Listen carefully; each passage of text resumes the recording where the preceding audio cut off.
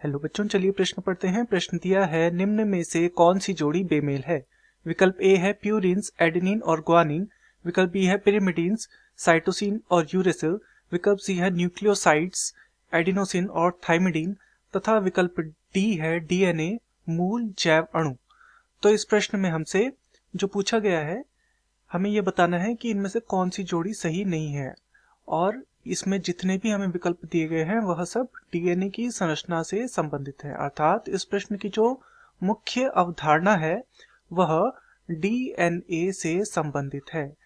DNA, तो चलिए हम सबसे पहले डीएनए को समझते हैं कि डीएनए क्या होता है। तो डीएनए का पूरा नाम है डी ऑक्सी राइबो न्यूक्लिक अम्ल। डी ऑक्सी राइबो न्यूक्लिक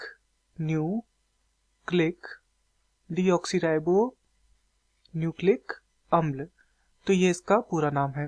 तथा डीएनए जो होता है एक मूल जैव अणु है या मूल जैविक अणु है। मूल जैव अणु है डीएनए। इसके अतिरिक्त आरएनए भी मूल जैव अणु होता है, परंतु हमसे यहाँ पर डीएनए में, इस प्रश्न में डीएनए के विषय में पूछा गया है, तो हम डीएनए के विषय में बात करते हैं।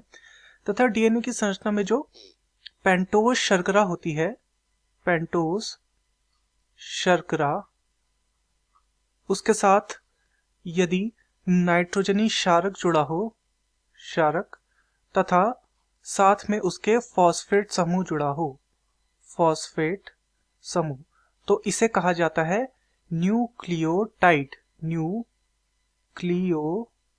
न्यूक्लियोटाइड इसे कहा जाता है, न्यूक्लियोटाइड। जब क्या हो, पेंटोज शर्करा हो, क्षारक हो, नाइट्रोजनी क्षारक हो और फॉस्फेट समूह जुड़ा हो।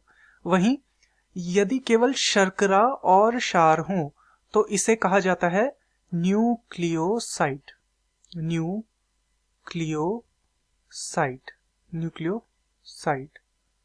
तो न्यूक्लियोसाइड और न्यूक्लियोटाइड की संरचना इस प्रकार की होती है। तथा जो डीएनए होता है उसमें नाइट्रोजनी क्षारक जो होते हैं वो दो प्रकार के नाइट्रोजनी क्षारक यहाँ पर उपस्थित होते हैं।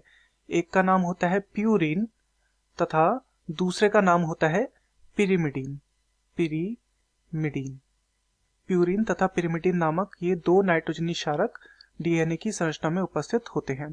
तो प्यूरिन के अंतर्गत आते हैं एडेनिन तथा ग्वानिन, और पिरिमिडीन के अंदर आते हैं थाइमिन और साइटोसिन। तो ये है नाइट्रोजनी क्षारक की संरचना। अब चलिए देखते हैं यहां पर हमें क्या दिया गया है।